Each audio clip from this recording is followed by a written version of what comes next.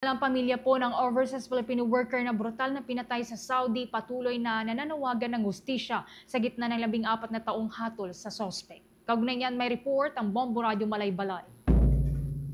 Patuloy na nananawagan ng hustisya ang pamilya ng isang overseas Filipino worker o OFW na brutal na pinatay at sinunog ng kanyang amo sa Riyadh noong Disyembre ng nakaraang taon. Ayon sa ulat ng Bombo International News correspondent na si Nicole Bidtao, ikinagulat at ikinadismaya ng pamilya ng 35 taong gulang na biktima na si Daphne Nakalaban ang hatol ng korte sa Saudi na 14 na taon lamang ng pagkakakulong para sa suspek sa kabila ng bigat ng krimen. Dahil dito nananawagan sila ng mas mabigat na parusa para sa salarin, kabilang na ang posibilidad ng pagpataw ng death penalty. Matatandaang sinunog umano ng buhay ng kaniyang amo ang nasabing OFW noong Disyembre 2024. Agad namang sumuko ang suspek sa pulisya, subalit hindi ito naging sapat upang mapawi ang sakit at hinanakit ng pamilya ng biktima. And ngayon is very unfair lang, no?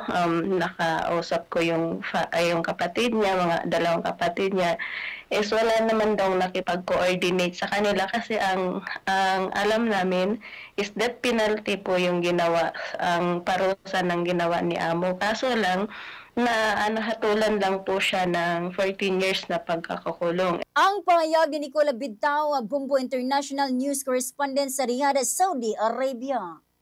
Inilibing na ang biktima noong Enero 2025, ngunit hanggang sa kasalukuyan ay patuloy pa ring hinahangad ng kanyang mga kaanak ang katarungan para sa kanyang brutal na sinapit. At yan ang ulat mula rito sa impila ng Bombo Radio Malaybalay Bukidnon para sa Bombo Network News. Ito si Bombo Cristina Gabunada. And this is Bombo Radio Philippines, the #1 and most trusted source of news and information. Basta Radio.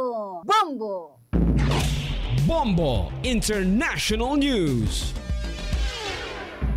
Ipinagdasal ni Pope Leo XIV ang mga biktima ng lindol sa Cebu sa kanyang lingguhang misa sa St. Peter's Square sa Vatican. For the most trusted source of news and information, visit our website at www.bomboradio.com. Follow us on Bombo Radio mobile app, Facebook, YouTube, TikTok, and X, formerly Twitter.